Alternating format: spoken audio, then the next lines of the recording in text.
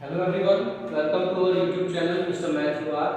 आज हम आपके आगे कुछ अलग तरह के क्वेश्चन को लेकर आए हैं।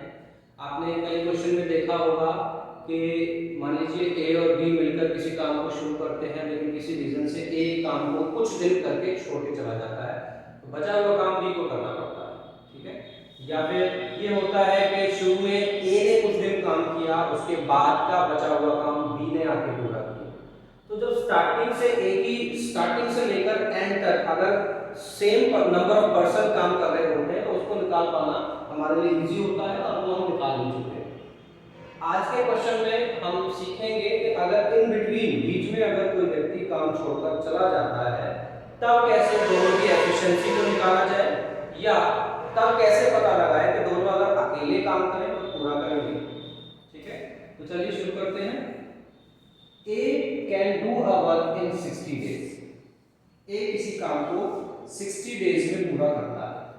ठीक है, अभी फिलहाल के लिए मैं मान लेता हूं कि जो टोटल जो वर्क है वो भी कितना है, 60 ही है। तो अगर 60 काम को 60 दिन में पूरा कर रहा है तो एफिशिएंसी कितनी बनी, 1। अब इस एक एफिशिएंसी के साथ उसने काम कितने दिन किया, 15 दिन काम किया। कितने दिन काम किया, 15 दिन काम किया। तो अगर वो 15 दिन काम करता है तो उसने 60 में से 15 काम को फिनिश कर दिया। अब जो काम बचा वो कितना बचा, 45। अब बी ने जो काम किया, क्या लिखा है यहाँ पर, and then be alone finish the work in 30 days.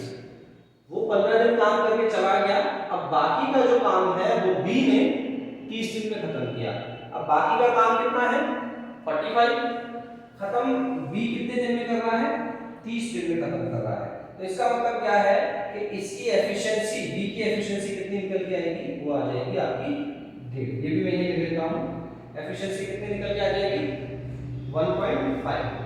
दोबारा समझते हैं इस चीज को कि ए किसी काम को 60 दिन में पूरा कर रहा था, तो हमने काम को भी 60 ही ले लिया, तो एफिशिएंसी कितनी निकल के आएगी, 1।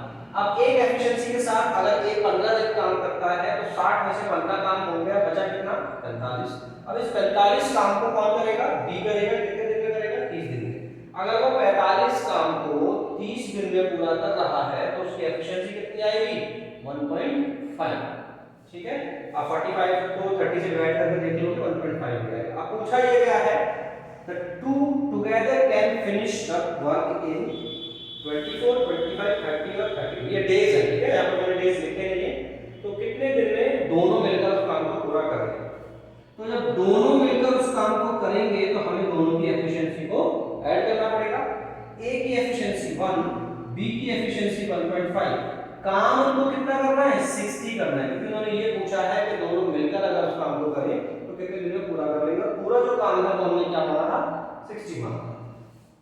तो ये आ गया आपका 2.5 60। तो 1 जो है वो किसके इक्वल आ जाएगा, यानी number of days total work upon efficiency. इसको आप सॉल्व कर दो। सॉल्व करने के बाद जो आंसर आएगा